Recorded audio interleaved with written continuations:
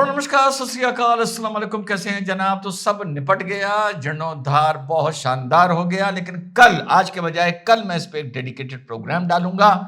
अद्भुत सीन था, अद्भुत नजारा था। हमने इसी जगह भीड़ और जंगल देखा और इसी जगह ये रौनक देखी। तो कल इस पर आप लोगों के लिए प्रोग्राम डालूंगा।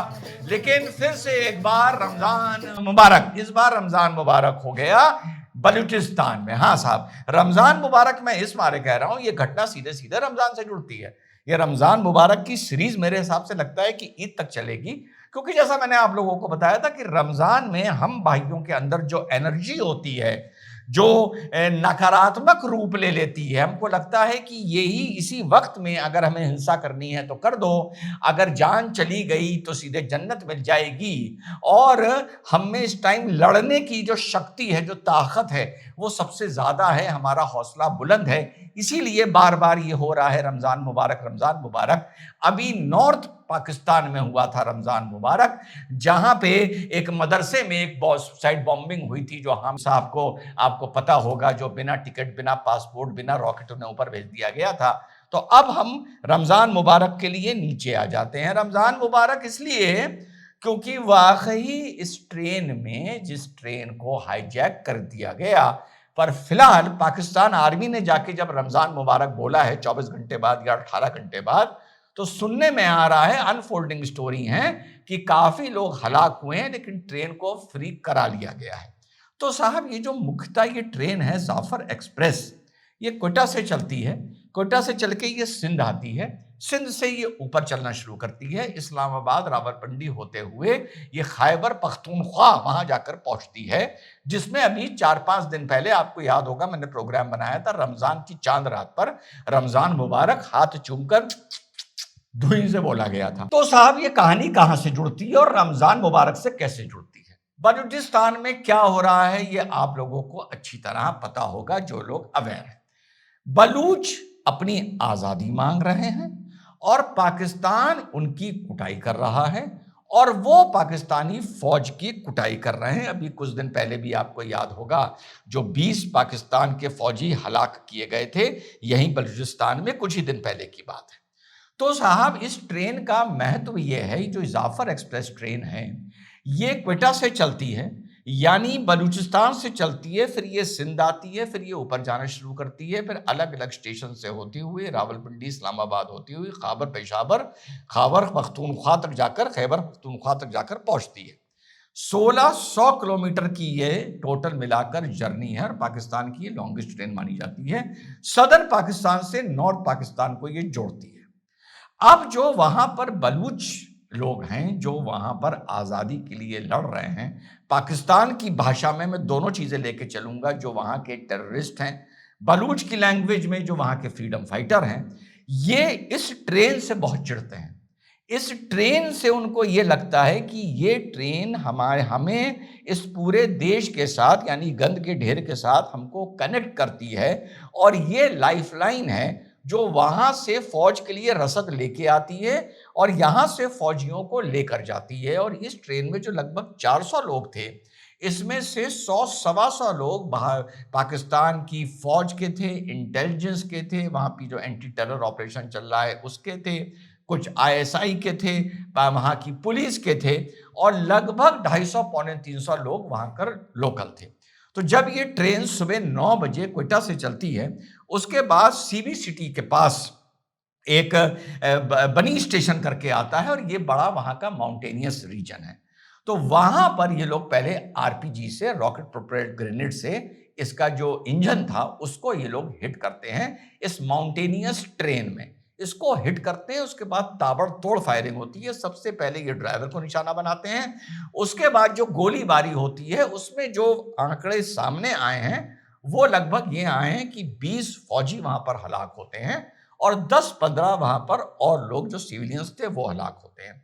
उसके बाद ये 100 लड़ाके इस ट्रेन को घेर लेते हैं, ट्रेन को अगवा कर लेते हैं।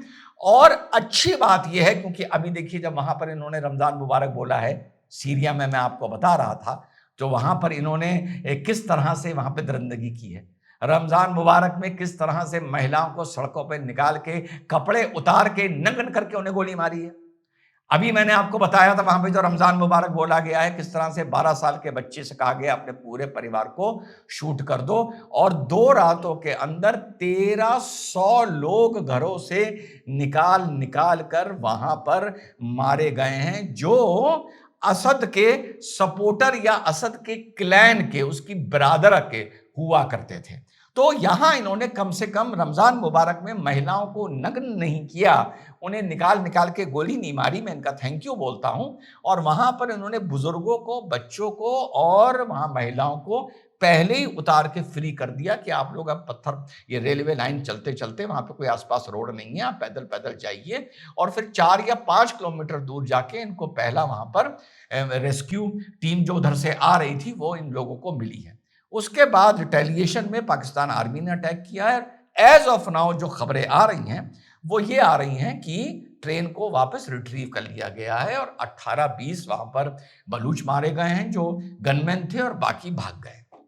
अब ये सब आपको पता होगा, बलूचिस्तान पाकिस्तान का one of the richest area है in form of natural resources, लेकिन सबसे ज्यादा अंडर डेवलप्ड है। वहां पे जितना भी फुटफॉल है वो आर्मी का है और यहां से जो रसद जाती है उसका है। इसके अलावा वहां पर कोई भी डेवलपमेंट नहीं किया गया है। जितना भी डेवलपमेंट, और इन लोगों को हमेशा लगता है कि हम लोगों को चीट किया गया है। सीपीईसी जब आया, चाइनीज पाकिस्तान इकोनॉमिक कॉरिडोर, वो भी पूरा बलूचिस्तान से होकर निकला। और ये आप लोगों को पता होगा कि ये लोग सीपीईसी को भी किस तरह से टारगेट करते हैं, चाइनीज इंटरेस्ट को भी ये लोग टारगेट करते आए हैं।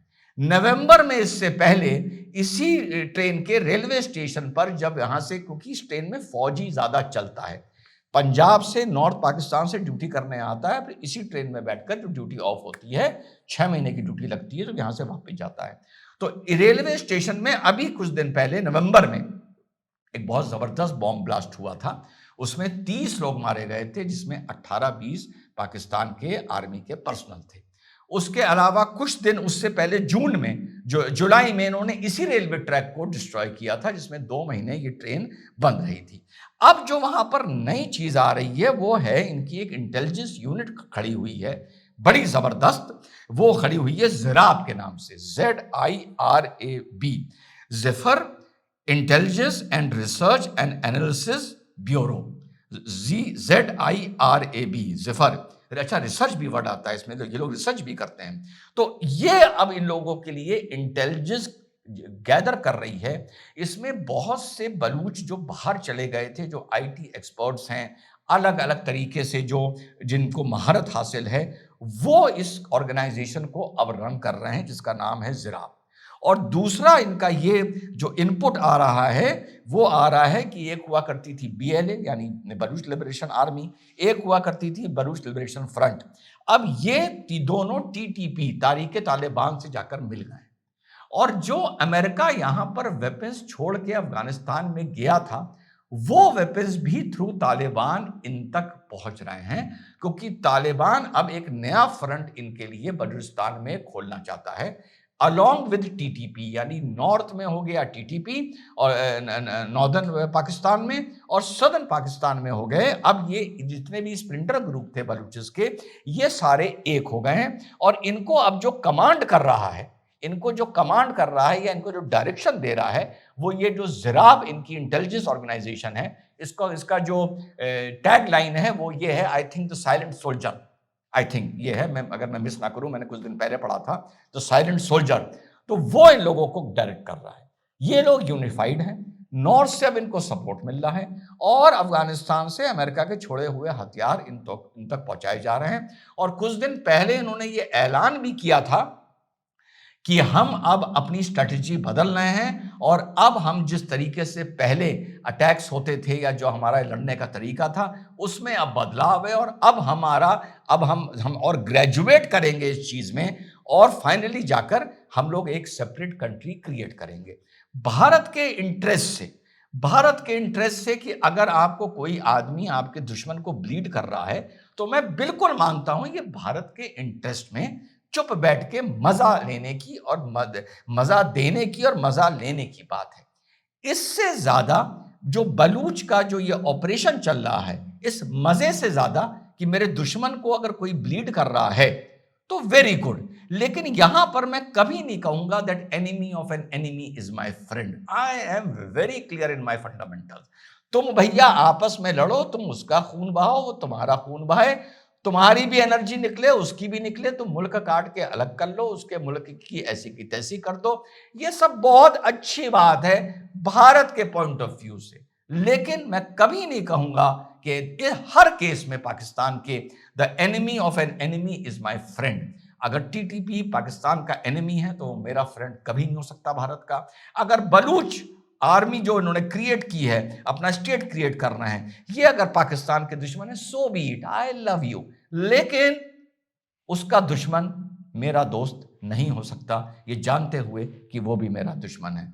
मैं as a fundamental rule, strong conviction, इन लोगों की बर्बादी पर मजे तो ले सकता हूं, पर इनकी बर्बादी से कभी मैं दिल या इनके किसी भी हिस्से से, किसी भी इनके प्रांत के लोगों से जो इस गंद के खिलाफ लड़ रहे हैं, मेरे दुश्मन के खिलाफ, उससे मैं कभी दिल नहीं लगाऊंगा। ऊपर ऊपर सिर्फ मजे लेता रहूंगा। जय हिंद, वंदे मातरम, खुदा हाफिज।